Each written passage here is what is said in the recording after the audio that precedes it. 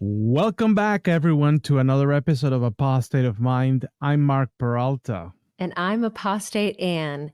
And today, this episode's going to be all about circumcision. Why do we do this practice? Where did it come from? And more. Before we kick things off, though, I know, Mark, you said you wanted to kick it off with a clip. I video. do. Yeah. Shall we cut to the clip? Oh my God. Let's do it.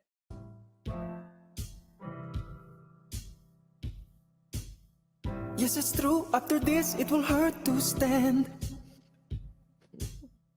But I need to do this to become a man. My mom says I'll grow taller when I complete this Filipino tradition.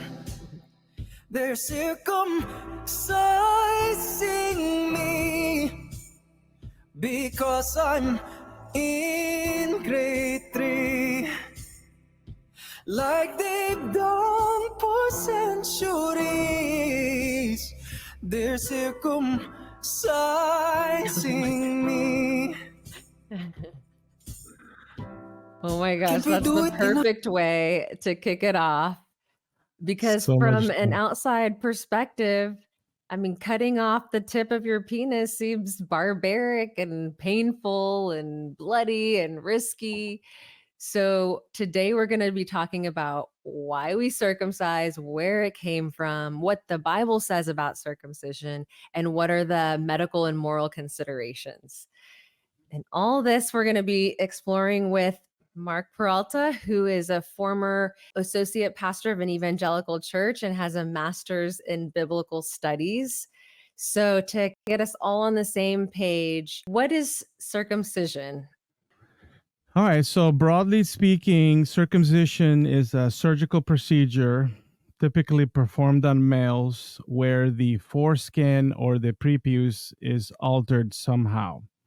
Now, this is something that, as you'll soon will learn, done throughout different parts of the world, done in many different ways, and it has been done for a long, long time.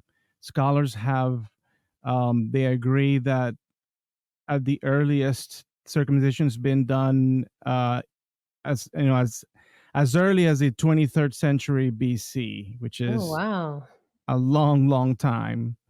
And also, depending on where you look around the world and what tradition you focus, be it like the Egyptian tradition or the Ethiopian tradition, you're going to see different things. And so there's tons of variations of this. The World Health Organization classifies circumcision under a family of genital mutilation practices. So there's just a lot of that, which we're not going to necessarily cover on this episode, but we're going to kind of start from like the biblical perspective, which is like, what's part of our Judeo-Christian background as former believers. Gotcha. So I'm assuming if there's different types of circumcision, that there's also different reasons why people circumcise. So what are the reasons why around the world people circumcise? Again, depending on where you look, which tradition, you'll find different reasons. But I'd say like the most common ones could be this list, although it's not like exhaustive. It could be as a war trophy. It could be something related to a covenant with God. Could be a reason for that. It could also be for the purposes of symbolizing purity. It could be a rite of passage from like adolescence to manhood. It could also be a rite of passage from like singlehood to becoming for marriage purposes, like premarital requirement. But it could also serve as a kind of a sacrifice that would bring about atonement, a peace, or worship God somehow, some way. It could also be done for the purposes of reducing sexual pleasure or men or women from seeking sexual pleasure, probably, before marriage. anything, it's an alteration of, the sex organ. But it could also have seems like there are some benefits, like medical benefits or health benefits, like an aid to hygiene, disease prevention. It could, in some cultures, ensure fertility. It seems like some have believed that's the case, as well as being a mark of identity, like differentiating peoples from others, just by way of having circumcision. I think in the modern age, you're looking at maybe even social attractiveness. Um, Yeah. if your dad's circumcised, then likely the son will also be circumcised. Lots of different reasons there to ponder. Great. And so, since there is many types of circumcisions and many reasons, focusing on your expertise, the Bible, how would Mhm. you say that the Bible describes circumcision? Okay. So the Bible seems to be, or at least like the Jewish Hebrew Bible tradition, which, still being practiced today, circumcision very much looked like the complete removal of the male foreskin, and it had to be the whole thing. There's even a passage, and we'll get to it in a minute, where Joshua was instructed to perform a circumcision twice because maybe the first one was not enough. So they really do make a point on the entire foreskin being exposed, and we know that's the case since very much a long time ago. Archaeologists agree that, for example, they look at these are stone tablets with carvings of Jews that are in the nude, and Oh, they've wow. they confirm that indeed they are showing fully exposed phalluses. Hmm. That's one way This, to confirm circumcision. yeah. So that was the thing, and this whole thing starts with Abraham.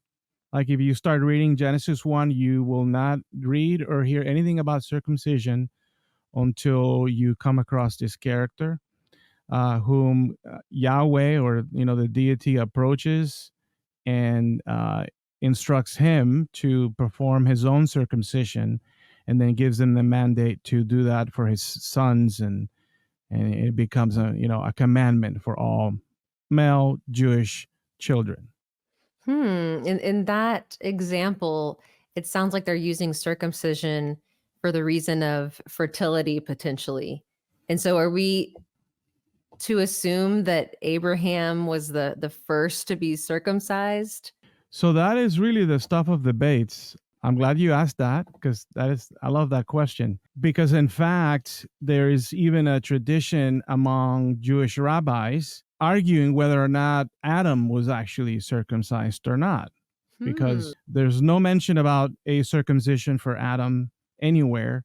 And if Yeah, you have to sort didn't of Adam wonder. have a covenant with God, or did God make him perfect without the foreskin? Yeah.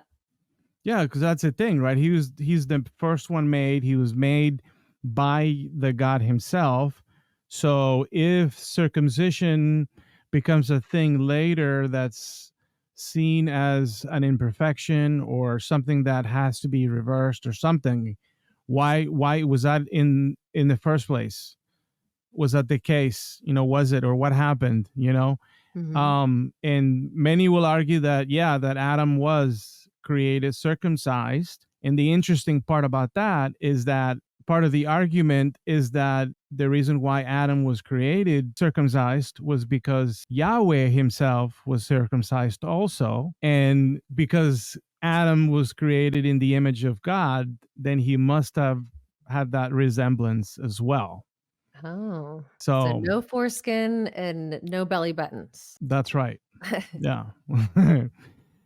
What happens after that, we don't know. I have reason to suspect that maybe the covering that Yahweh provides to Adam and Eve afterwards, maybe that's part of like where that whole foreskin justification comes from. But that's going too far into it at this point.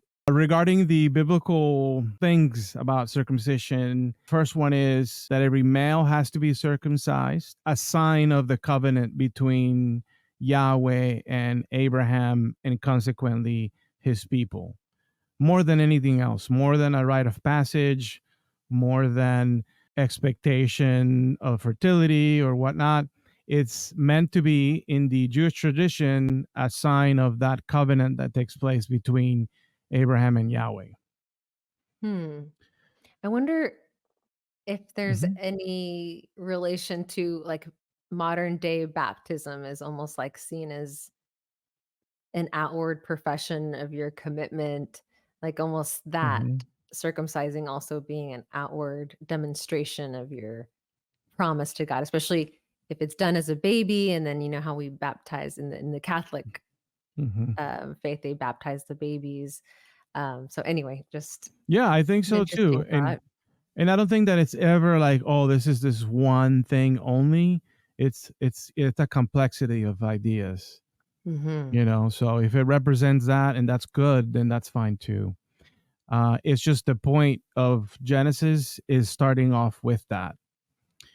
We do need to talk about what covenants are and how they interact with circumcision or how they relate to each other.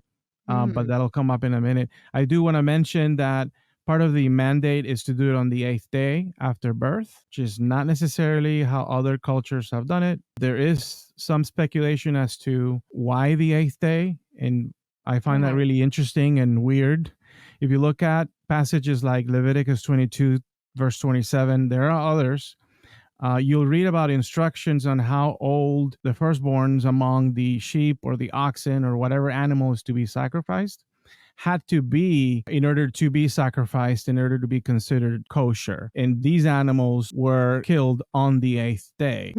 So it's like Um, almost a sacrifice being made on that eighth day. yeah, perhaps this is sort of like a remnant of a connection between The sacrifice blood and sacrifice. circumcision, a blood Hmm. sacrifice. Yeah. Interesting. Another aspect of the biblical circumcision is that no one who is uncircumcised can partake of the Passover feast, which is a mandated festival for any Jew. And they check at the Although, door. I'm kidding. yeah, They check you at the door. Make sure you're circumcised, mhm, or otherwise you can't come in and participate.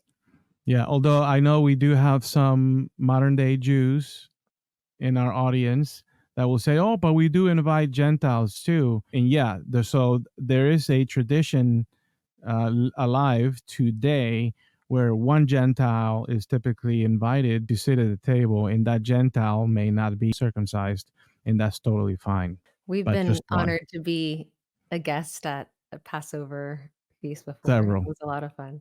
Oh yeah, definitely. Circumcision seems to be tied or works as a cultural boundary between peoples or tribes, especially in matters of kingship. It seems like the ancient Israelites quarreled over thrones and stuff like that. And one of those things had to do with circumcision. There's a Genesis 25 where you have one story about that.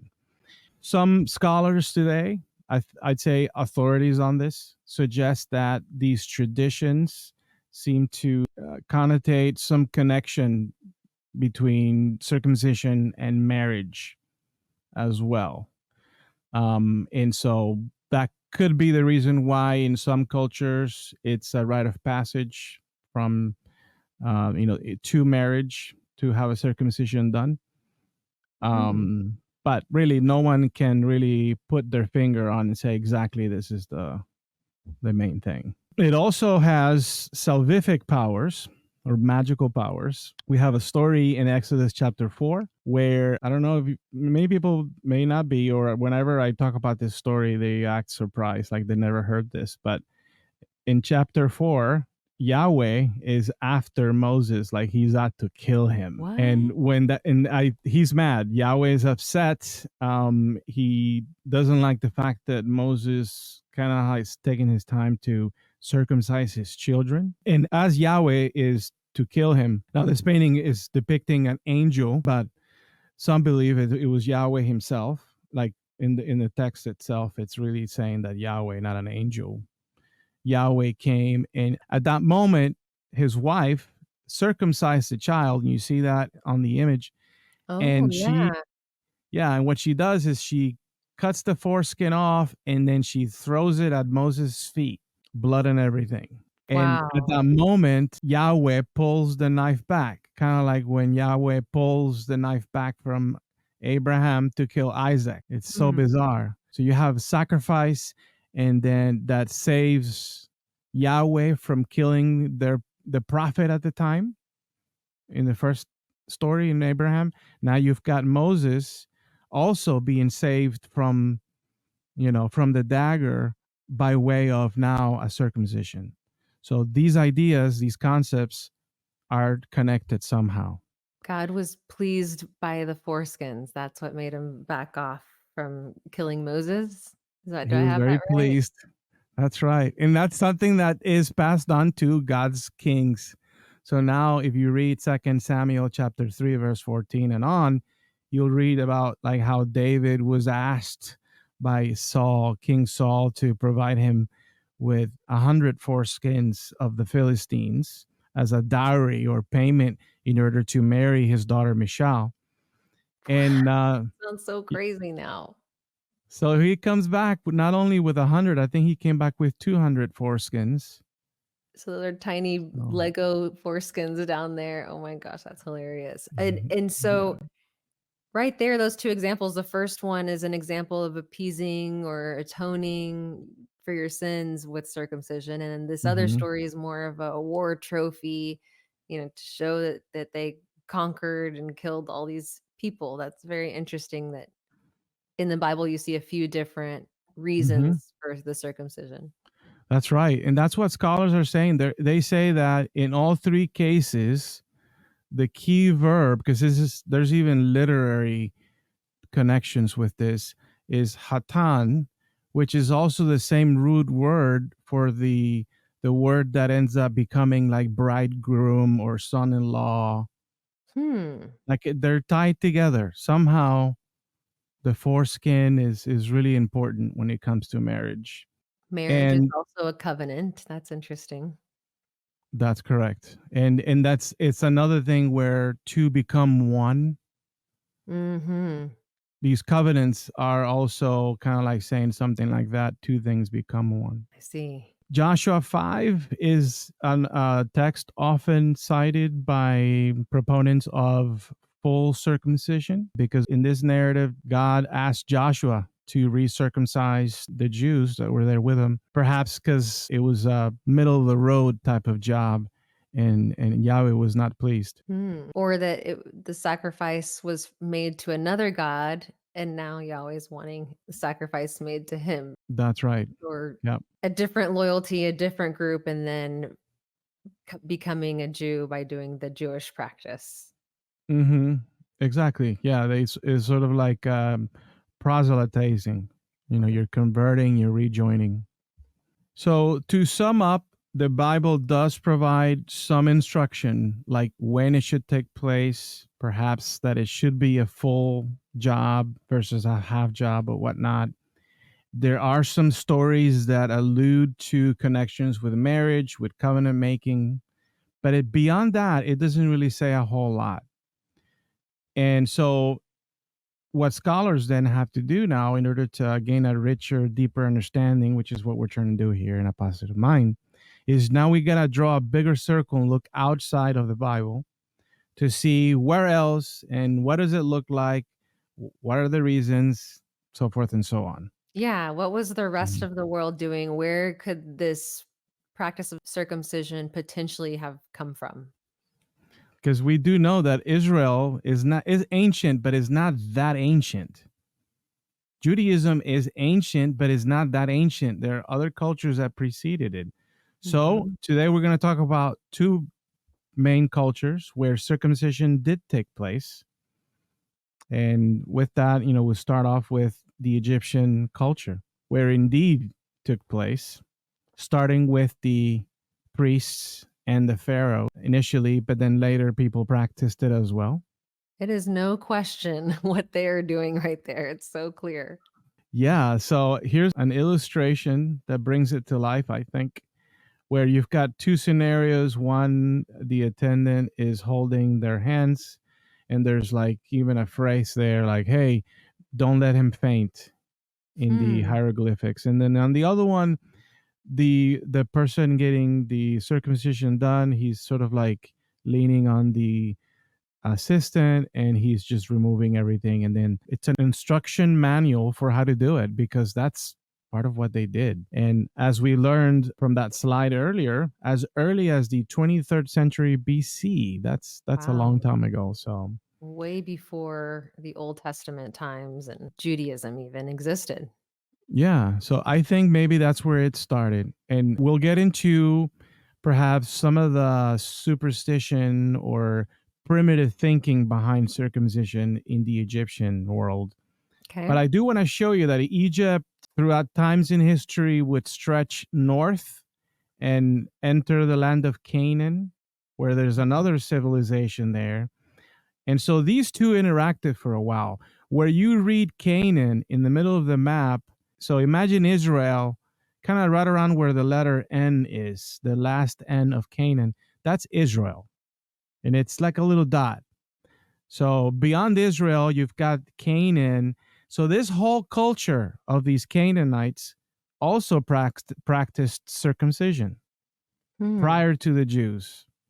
If Genesis is true 100%, let's assume that historically there's this Abraham walking around. They were practicing circumcision before Abraham. And I would Mhm. argue that when Abraham shows up in the land of Shechem, which is just north of Israel in Canaan, where this happens, these Canaanites were already doing it. There's archaeological evidence showing this. You know, here you're looking at a phallus from that was found at a dig site where they found evidence of Canaanite culture below the strata where you have a lot of Philistine culture. And so it's just really fascinating how archaeologists have been able to bring to life some of the stuff that we just wouldn't know beyond the Bible. Here's a great source if you care to look more into it. William G. Dever is a famous archaeologist, and you can read all about that in here. All right. So, regarding the Canaanite context, here's where it gets super crazy interesting. All The right. ancient Canaanite context is where El and Yahweh come from, these Right. gods From the that we've. Canaanite pantheon of gods, we That's have right. El at the top and Yahweh, one of his 70 sons. That's right.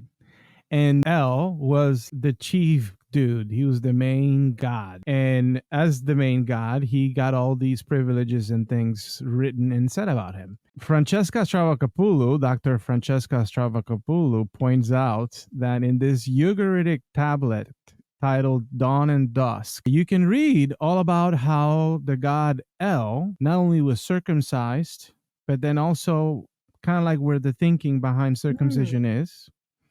And I'll just read this. You should read the whole thing, but I do want to mention though that there's it when it says Elu, like on the bottom left paragraph Mhm. says Elu has pulled out his staff. Hint, hint. Uh-huh. Staff.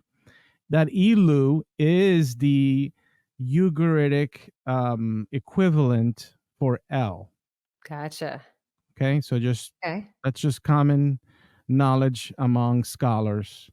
I think I have a slide somewhere, but anyway, it says here, and also this the Death Lord. That's also a reference to him. There's a bunch of stuff that said says the Death Lord is seated in his hand a staff of sterility, in his hand a staff of widowhood. So it's sort of like a spectrum of full fertility and full bareness. Mm-hmm. And then it says all about fertility, by the way. The vine pruner prunes it, the vine tire ties it. Like a vine, he drops it on his death field. And what that's making a reference to is this horticulture concept of pruning grapevines specifically, because El was a god of the vine, similar to Bacchus, associated with the vine. That's why the vine imagery is all over the place. And so, very briefly, the concept between pruning and vine is you've got to kind of get rid of all the leaves underneath where the grapes are. You want to leave the ones on top because they provide shade. But below it, you want to keep just the stem. Why? Because you don't want any energy or water ending up below the grapes. You want all that nice nutrition to end up on the grape, and that maximizes taste, quality, etc. So this is like ancient grapevine practices that are like sort of mixed in this concept of like, hey, if we do kind of like what we do with vegetation or with crops or with vines, Yeah, we still if we prune crop it, you know, crops. it's like the God created the vineyard, but because we're not in the garden anymore, we got to do this job. We got to do this work. And in the same way that the vine has to be pruned and managed, right? So does the human body, starting with the penis. So you prune the penis. That's right. You prune the penis so that, like the grapevine, it yields awesome fruit. And Whoa. that fruit, of course, is metaphorical. This is all figurative language, but it makes its way into like the practice of the people in the ethos, in the culture. To kind of wrap up that whole concept, I'd like to read a paragraph from Francesca Stravakopoulos, The Anatomy of God, because I think she does such a great job putting it all together. And so it goes like this. She says, "It is for this reason that the heightened fruitfulness of the circumcised penis is closely associated in the Hebrew Bible with the careful cultivation of agricultural fecundity. Maturing fruit trees are held to render a better quality and more bountiful crop if circumcised in their fourth year. Much as else, circumcised penis was made fruitful by those who, quote unquote, prune the vine at Ugarit, which we just read. But the close paralleling of circumcised penises and fruiting trees also carries a more unsettling legacy, as the Phoenician myth of El's circumcision appears to just have done. Just as the God of the Bible demanded his cut of the agricultural and animal harvest in the form of tithe offerings in his temples, so too he claimed his ancient right to a cut of the human crop. The firstborn of your sons shall be given to me. You shall do the oxen with your oxen and your sheep. 7 days shall remain with his mother. On the eighth day you shall give it to me." And remember how there's that law that says that you can't kill the baby goat or whatever until the eighth day? Well, that same concept applies to that ancient Canaanite commandment of that you had to sacrifice your human firstborn male to God. Ah. That was that was primitive. That was there.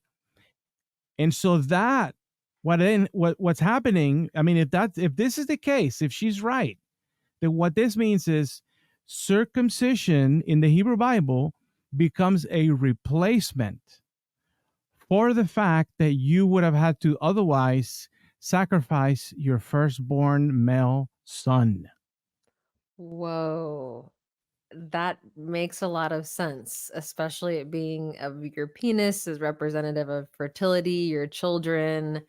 That is so interesting. Super fascinating. So, were there any cultures that weren't circumcising during that time? Oh, yes, there were indeed. In fact, the majority of the Mediterranean world, which would have been the entire world back then, actually was opposed to it. Hmm. So, starting with the Greeks and, everybody else. So, here's, for example, a piece of artwork, right, depicting Olympians running around. And as you can see, generally, when you look at any Greek or Roman illustrations of the male body, you're going to see a tiny penis. And that tiny penis will be covered by a foreskin. And there's Oh, a reason for that. You know how, like, in antiquity, like, you had these Roman baths and the gymnasium. all going there naked. Yeah, because circumcised was not practiced by the Greeks or the Romans, they actually saw it as something that was obscene, Mm. and they considered it vulgar. Obscene to be circumcised? Yeah. Yeah, because not so the thing is that in the Greco-Roman culture, when all this biblical stuff happened, it was perfectly normal if you were out and about and you show penis. Okay. You're still covered. There's no problem. The problem is if you are exposing the glans or the head of the penis. Ah, so the If head that's is like showing, the nipple of the breasts. You can show everything cleavage, but not the nipple. So that was what made it obscene. that's what made it obscene. And and it makes sense, because then why else would the head be exposed if not because there's some sexual arousal taking Oh place or yeah. something that. And if that's happening out in public, well, that's frowned upon. Hmm. So it's not like they were totally immoral. It's just that there were some boundaries, and the foreskin was fine. Culturally. So if you are getting a circumcision, what's happening to the head, You're exposing it and how often are you exposing it now? all the time. Yeah. So from their perspective, they're like, "Ooh, why is that thing out there? Like, take it easy, Peppy." Like, Put it it's away. not that. Put it away. Yeah. So Jews were like made fun of in public. They were not generally allowed in the gymnasia. They couldn't be Hmm. part of any of these, public nudity bathhouses, what have you. There were even periods where there were laws against circumcision, like Antiochus the Fourth Epiphanes. He put out like it was like punishable by death if you circumcised your children. Hmm. So the culture really frowned upon it, and it was an obscene thing, not the other way around. So do you think that that's Mhm. why the New Testament has a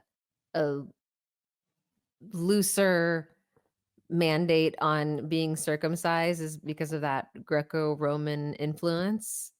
I think so. I think in part that, in larger part though, it's more of an evolution of their concept of salvation or rites of initiation. It Mhm. becomes practice because really, in large part, circumcision is a nuisance. Like, who wants to do that? If you are like, you have these god worshippers or these god fearers, I think they call them.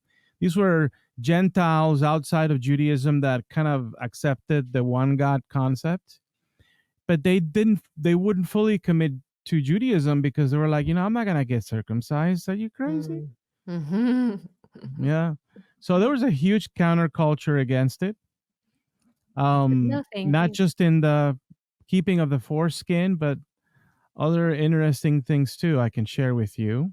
In terms of the size, what was generally considered to be a modest, a virtuous penis, one that would belong to an important man, someone of high stature, would be a small, thin, uncircumcised penis.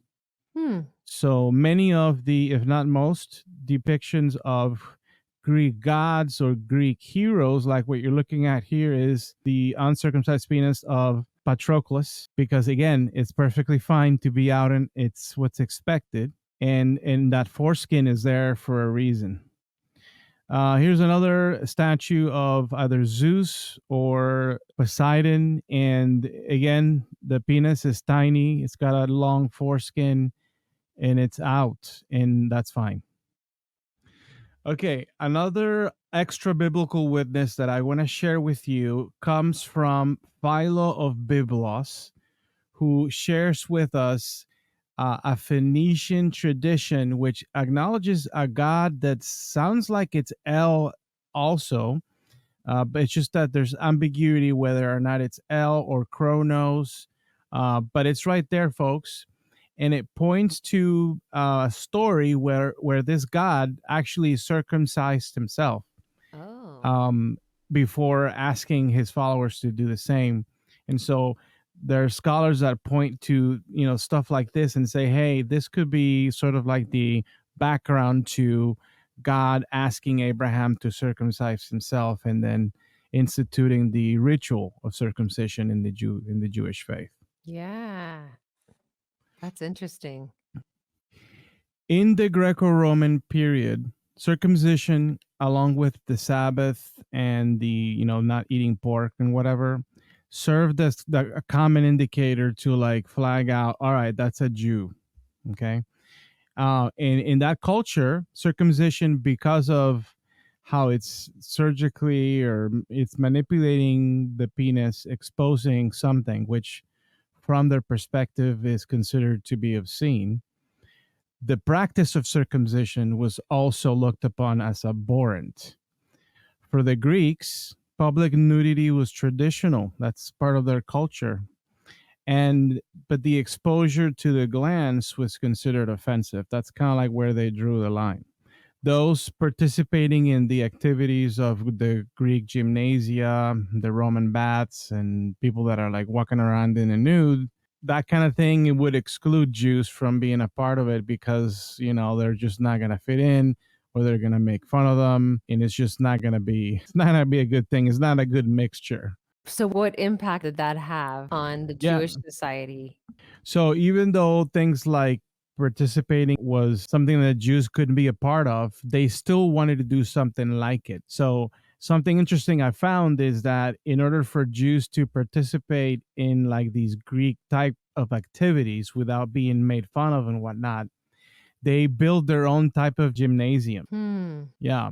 And something else that was part of that same culture, some people did things like simulating a circumcision reversal. And so this actually became a thing. It's known as an epispasm. They would essentially just stretch whatever was left of their foreskins to try to fit, over the glans as much as possible to kind of mimic a possible non-circumcision. I'm not making it up. This is something that you can find. Josephus talks about it in in his Antiquities. He talks about how this was an actual practice. Here's another vase where this ancient culture can be illustrated. So on this, scholars point out that this is the penis of a character who is a Greco-Roman warrior that is defeating the Egyptian pharaoh. So this whole thing is a scene. And so it's a compare and contrast. If you see the penis of the Greek character, it's got a small shaft, long foreskin, but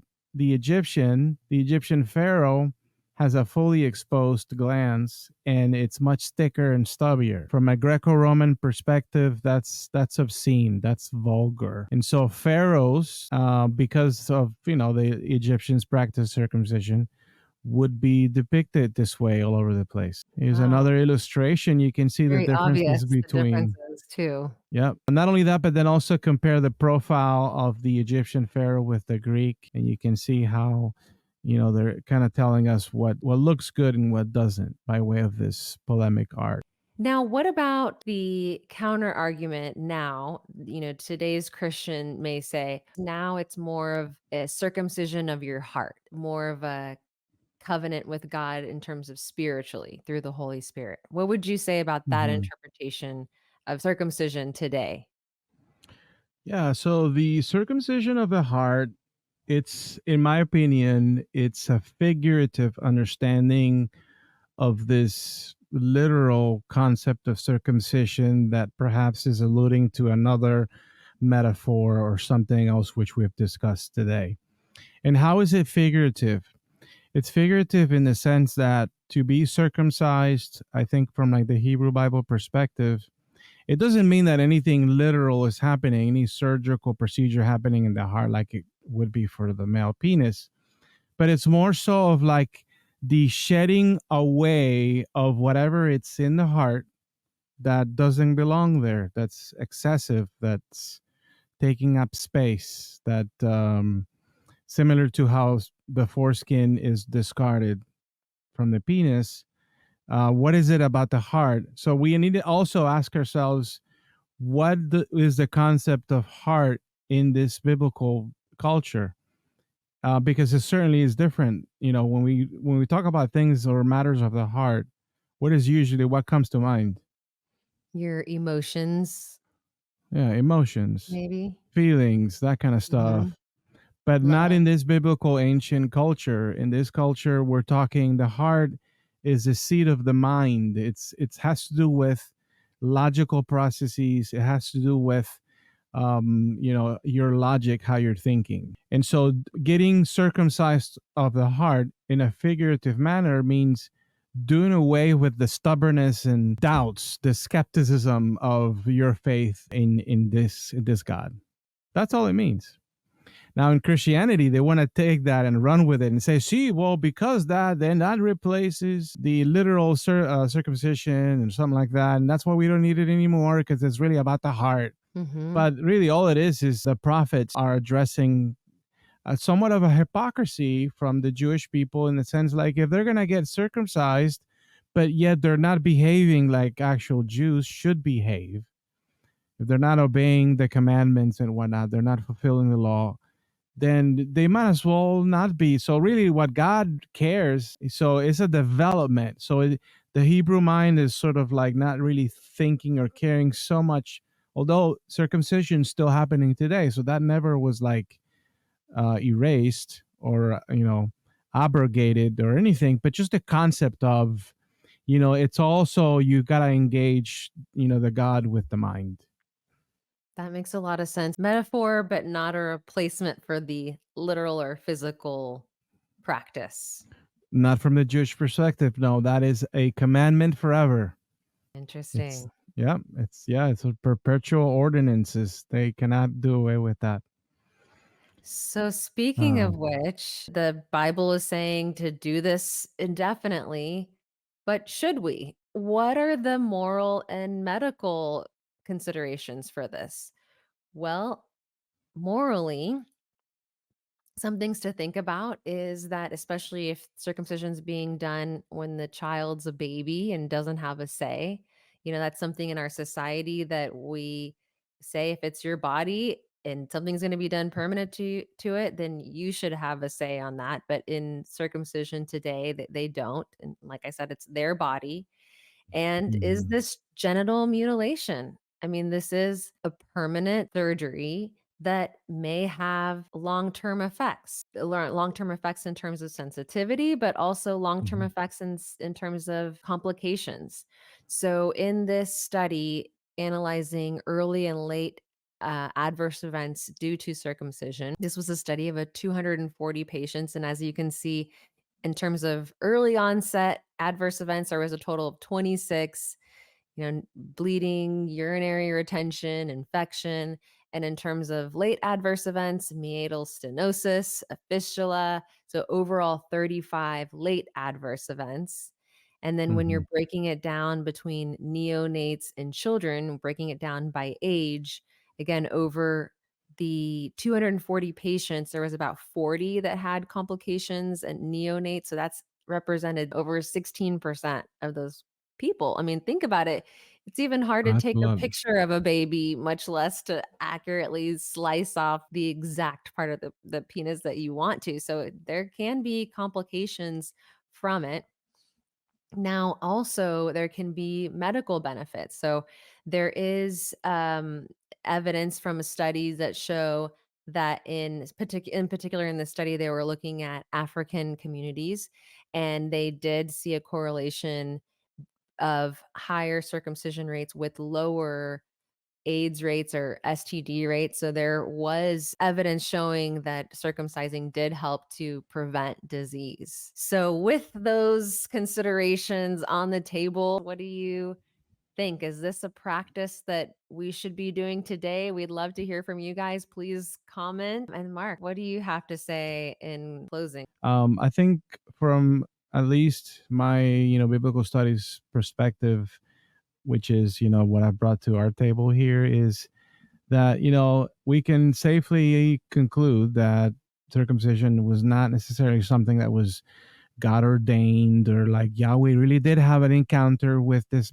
gentleman Abraham and this was a thing, but rather this was practiced by not just the ancient Israelites or Canaanites, but other cultures surrounding that area of the world. And so who's to say who's right, who, why, this, that, I think it is safe to you say, know? though, that we know that this practice doesn't bring protection or blessings or increased fertility, as far as we know.